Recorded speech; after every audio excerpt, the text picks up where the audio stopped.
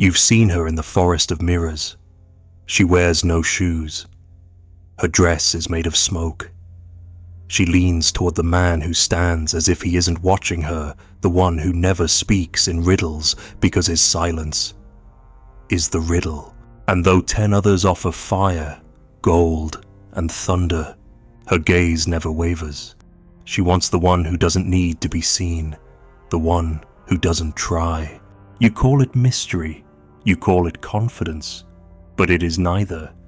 It is the scent of something older than memory, a man who has married his shadow and no longer performs for the sun. Because what the woman seeks is not applause but absence, not attention but the echo that remains when all masks fall. And if this voice knows something you've tried to forget, let it speak through your breath. Like the video, leave your name carved in the comments. Subscribe and stay near the quiet ones. They dream in your direction. She does not love the man who impresses her. She loves the one who reminds her she is still performing. The woman follows the man who does not chase because he carries the wolf she buried inside her. You walk through the hall of her glances, and not once do you reach for them. They stretch toward you like hands through the bars of a cage, but you do not rattle it. You do not lean in. And because you do not come closer, she comes closer, slowly, quietly, as if following her own reflection into a room she swore she'd never return to. You don't beckon, you don't smile, you don't threaten.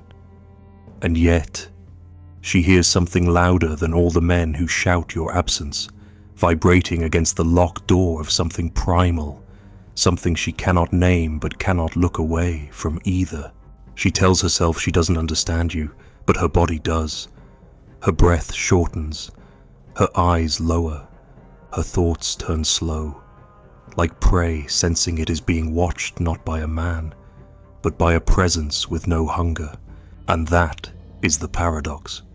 That you do not need her is what tears her open. That you do not pursue her is what makes her run toward you. It is not cruelty. It is not manipulation. It is something older than language, older than even story. It is instinct, ritual, archetype, and your refusal to chase becomes its own kind of howl. You are not like the others who announce their desires. You don't flood her inbox. You don't recite your virtues. You simply exist in the corner of the frame, and yet your silence becomes the frame itself. You have no performance in your hands, no coin to offer the goddess, and so she wonders what temple you've burned behind your eyes, what woman you already buried, what version of her you will never believe in, and why that makes her want to be reborn beneath your gaze. You carry something, not charm, not status, but a heaviness that doesn't ask to be seen, and that, precisely that, is the weight she wants to kneel beside. Because she is tired of being adored. She has worn 100 skins of desire and found none of them sacred. But with you, she suspects that worship has nothing to do with attention.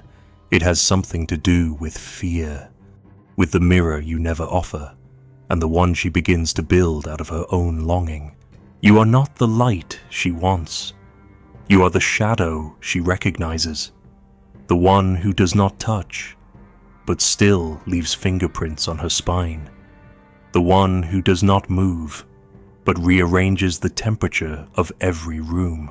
There is no logic to it, only myth. The woman follows you not because of who you are, but because of who she becomes in your presence, wordless, watchful, unsure. She who has always led, now waits. She who has always performed, now listens for a script that does not come. This is not power, it is echo. You are the shape of her forgotten silence, and she returns to it like a child returning to the woods after years in a concrete city. You are not her lover, you are her trail, and she does not know if she's hunting you or being hunted by herself. She dreams of you in half-formed memories, not of your face, but of the way your presence makes her vanish. Her laughter fades in your direction. Her clever words fall short. She hates it. She loves it. She cannot predict herself around you. And that is what binds her. Not affection, but archetypal collapse. Her mask doesn't hold in your presence, and so she reaches for something deeper, something rawer, something she thought she killed and finds it alive in your silence. You don't need her softness. You don't flinch at her rage. You are not moved by her tears or tempted by her beauty. And so she begins to wonder what kind of man watches the fire but does not enter it. What kind of wolf refuses the hunt? What kind of god walks through her temples with his eyes closed? It's not detachment, it's possession, not of her but of yourself. You are not numb, you are not cold, you are simply not performing. And she cannot understand how you survive without applause, without chasing, without conquest. But beneath that confusion, a deeper truth vibrates. You remind her of a part of herself she abandoned, the part that did not need to seduce, the part that did not need to be liked, the part that simply was wild, unspeaking, and unafraid. So she circles you again and again, like the moon around something darker than gravity. She thinks it is your mystery, but it's not. It's your lack of hunger. The beast that does not need to feed is the one that commands the forest. The man who does not need to possess is the one that reawakens her need to be possessed. Not by him, but by the unknown. The archetype, the pulse beneath the story. And if she walks too close, and you still do not reach for her, that is when she truly falls. Because now it is not about you. It is about what you represent. You have become the gate, the test, the confrontation with the unlived self. She is no longer trying to be loved, she is trying to be undone. And your silence, your distance, your lack of persuasion becomes the altar. You may never speak, you may never touch, but you have already changed her. Because in a world of noise, you are the shape of restraint. In a world of false gods, you are the ghost of the real. And though she may run, fight, or mock, she will return, not to you, but to the shadow you stirred in her, because she recognizes something, not about you, about herself, that the wolf she buried is not dead, that the hunger she fears is not for a man, but for freedom from the roles she plays. And you who watch but do not hunt, carry the scent of that freedom. She will call it many things, toxic, cold, dangerous, but it is none of those. It is simply the truth before the mask. And if this truth frightens her, it is only because she senses that it does not need her, that you, in your silence, have already become a myth. And myths do not chase. They wait, they watch, they awaken. Let those who have walked the edge of this dream leave their trail in the comments. Let those who have tasted the stillness leave a mark by subscribing. Let the ones who recognize the wolf remember you were not born to impress. You were born to carry the silence she forgot how to name. He who never tries to impress reveals what her mask cannot endure, the horror of being seen with no illusion to offer. You do not flatter her. You do not echo back her charms like the others, those men who orbit her performances with eager smiles and eyes too quick to agree. You do not admire the mask she polished for hours. You look through it, not in cruelty, not in judgment, but in a kind of stillness, so complete. She begins to wonder what part of her you're staring at, what layer she forgot to hide. The mirror she crafted her laughter, her angles, her pauses perfectly timed finds no reflection in you. She performs, but there is no applause, and in that silence, she begins to fracture. You've never claimed to see her soul.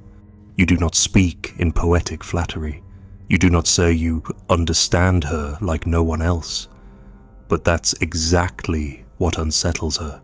You do not rush to decode her, and so she becomes the one trying to interpret your silence.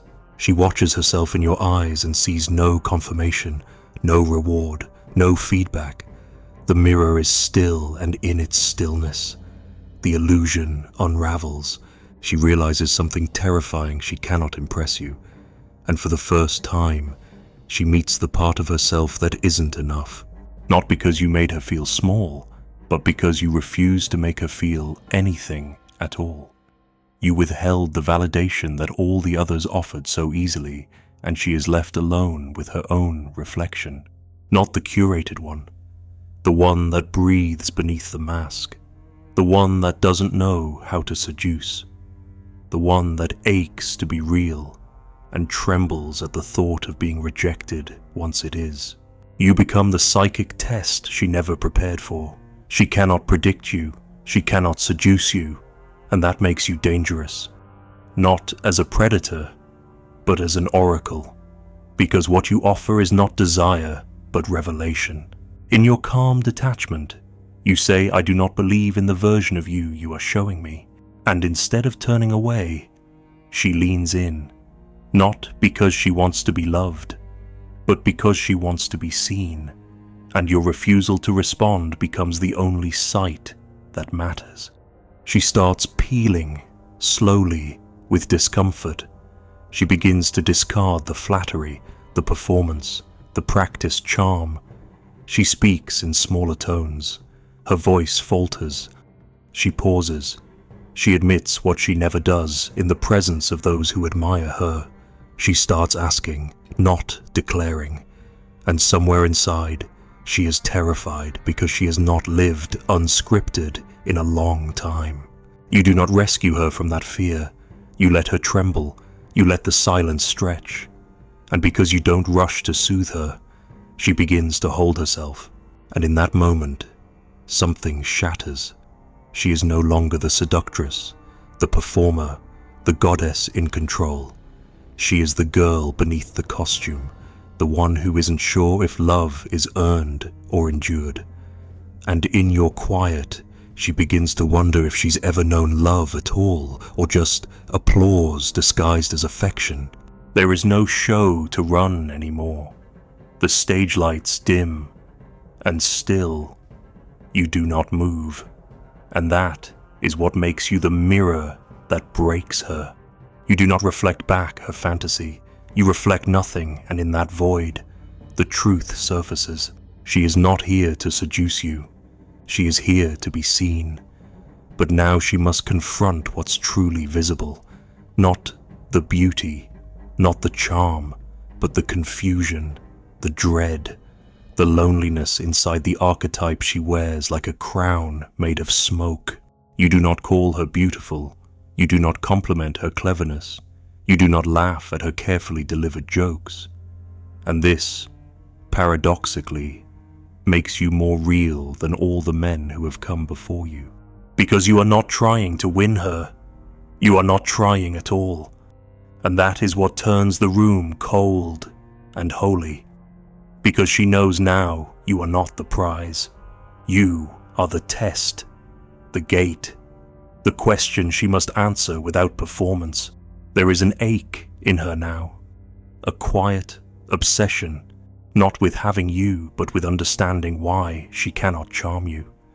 She replays moments. She analyzes glances. She reconsiders every word she said in your presence. And still, she finds no code to crack, no lever to pull. Because you are not impressed, and not being impressed is the most sacred resistance a man can offer in a world that worships false idols. You do not hate her mask. You simply don't acknowledge it. And that is the most brutal kind of honesty. You are not angry. You are not cold. You are simply real. And realness is the one thing her performance cannot survive. Because to perform, there must be an audience. And you refuse to clap. You are the one man who doesn't validate the costume, and in that, she finally meets herself. Now she does not know if she wants to impress you or disappear. She teeters between seduction and retreat. Because if you truly do see her, the her she hides even from herself, then you are dangerous in a way no man has ever been. You might not love her, you might not desire her, and you might never even speak to her again. And still, you will remain because a mirror that doesn't reflect becomes the only one that shows the truth. She'll talk to her friends, she'll ask, why doesn't he respond? They will say, he must not be interested. But deep inside, a deeper voice replies no. He is dangerous. He is the only one who cannot be controlled. And that is the real terror, not rejection, but irrelevance. Not because you're cruel, but because you see beyond the glitter. And what you see, she isn't sure she wants revealed. So she returns. Not in joy, but in curiosity, not to win you, but to stand again before the stillness, to see if it was real, to see if she imagined the feeling of being undone without a word. And you remain the same, unmoved, unoffended, unchanged. The mirror holds, and once more, she is forced to ask, who am I when no one is applauding? And that question will haunt her. Not because you said it, but because you made her feel it. Without accusation, without punishment, just presence. Just the unbearable pressure of a silence that refuses to play along. And in that pressure, the illusion collapses. You are the mirror that offers no flattery. And she is the woman who must now decide if she dares to look again. If this reflection burned you too, if it stripped the mask you didn't know you were wearing, leave your echo in the comments. If this silence felt like yours, let the mirror remain by subscribing. The ones who see without reacting are the ones the world forgets but never escapes. She returns to the man who does not try, because his stillness carries the first wound, the one shaped like the one who left without a word. You don't remind her of a lover, you remind her of a doorway that was never opened. You stand the way memory stands in dreams, still, unshaken, unclaimed. You do not ask for her love, you do not even seem to notice her longing. And this, more than rejection, unseals something inside her ribcage, something old, something unfinished, because she has known silence before. But your silence is different. It isn't neglect, it isn't cruelty, it isn't absence, it's presence that refuses to move. Like a stone at the bottom of a river she cannot dislodge. And now, she's not trying to impress you. She's trying to understand why she feels abandoned when you never claimed her to begin with. She cannot say it out loud, but your stillness feels familiar. Like the silence that once stood in the doorway while she waited for someone to say, I see you, but no one came. Only the wind, only the closed door, only the waiting. And now, when you say nothing, when you offer her no rescue, no chase, no affirmation, it all comes back. That first ache, the shape of him, the father, the ghost, the first man who turned his back and made her question if she was ever worth turning around for. You do not speak, and she begins to hear the echoes of every man who didn't. You do not chase, and she relives the ache of being invisible.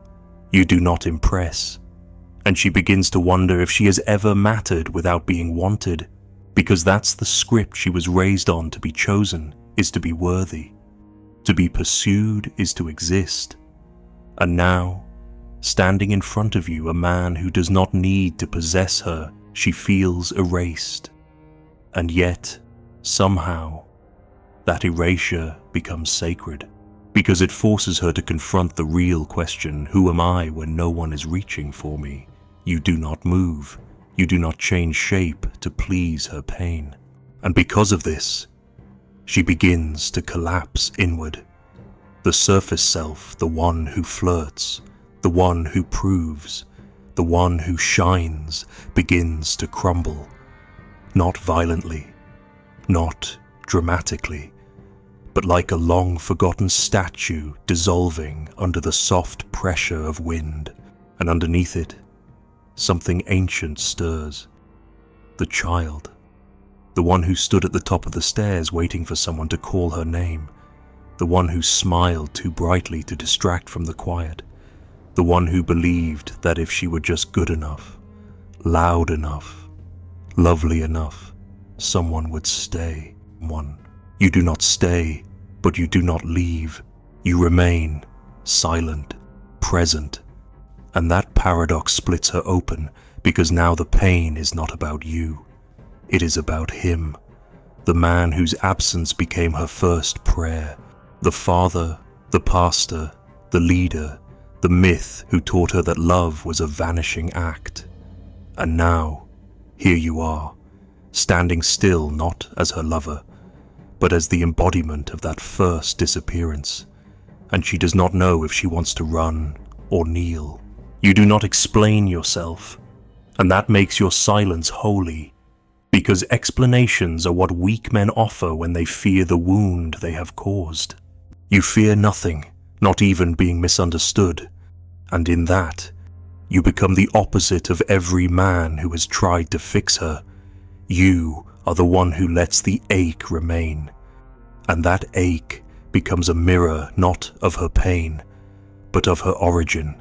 She begins to remember now, the way she tried to win love before she even had words, the way she learned to smile before she knew what joy was, the way she performed, not because she wanted to, but because she believed she had to.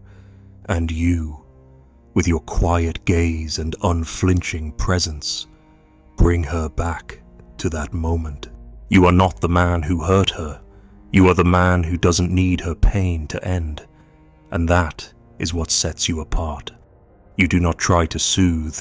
You do not try to solve. You simply allow her to unravel. Now, she is not trying to seduce. She is not trying to prove. She is trying to be held, but not by arms, by something deeper. She wants your silence to wrap around her the way a memory does slow, aching, unfinished. Because if you chase her, it breaks the spell. If you reach, it restores the illusion. But your stillness, your refusal to rescue, becomes the very rescue she didn't know she needed. You are not the father, but you carry the echo of him, the echo without explanation, the stillness without closure, and in confronting you, she finally confronts the wound she never named. That she was never too loud, never too much. She was simply unanswered. And now, in your eyes, she does not find the answer, but she finds the permission to stop asking. You do not try to win her, and so she finally stops performing.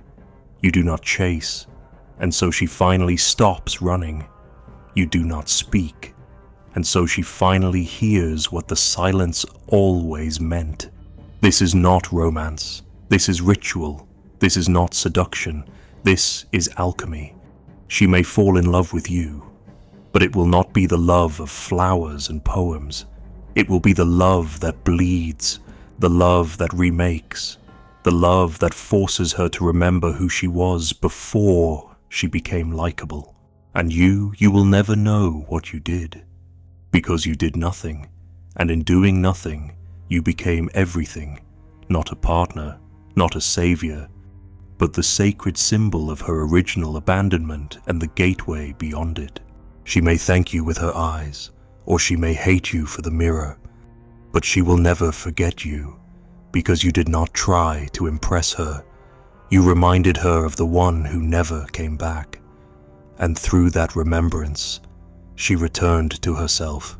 So if you've ever held silence like a gift, if you've ever broken someone open by refusing to perform, speak your stillness in the comments. Subscribe to leave no trace. Let this echo remain not as proof, but as presence. A woman stands in a room with no mirrors. She is barefoot. The lights are off. Her dress is wrinkled, her breath uneven. There is no audience, no music. Only the man across from her, unmoving, unblinking, undefined.